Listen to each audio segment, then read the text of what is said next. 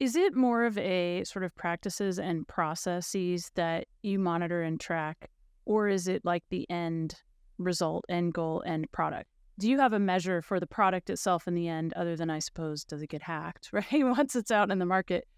So it's both, actually. So when you look at the practices and processes, so we have, and on my team, we have an exception process. So we tell people, hey, you need to follow security development lifecycle because it has all these requirements based off of certain rules that you should apply based off your product or service, based off what you've said you're going to do, right? So if a team doesn't or can't meet a certain requirement, they have to get an exception. And so then we can track by our products and services how many have exceptions, what type of exceptions they were. Because sometimes you can say, I can't do it right now, but I'll fix it later. And then there's times you say, I won't be able to do it at all.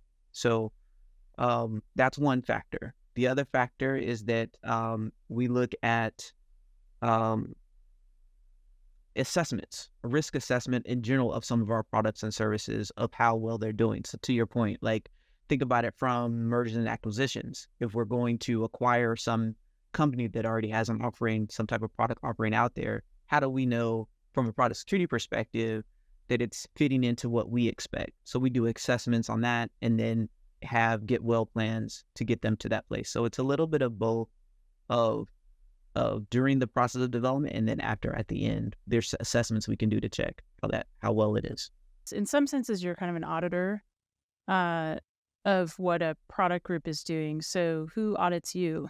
So another great thing about a governance team is that I say that we should know where our holes are before anyone outside, whether it's Intel audit or another outside, if you get like a Deloitte and Touche or someone else, an outside audit agency.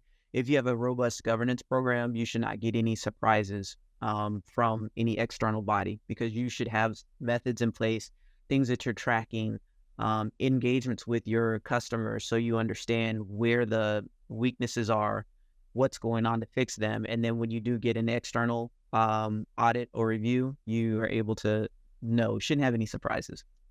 That's our goal.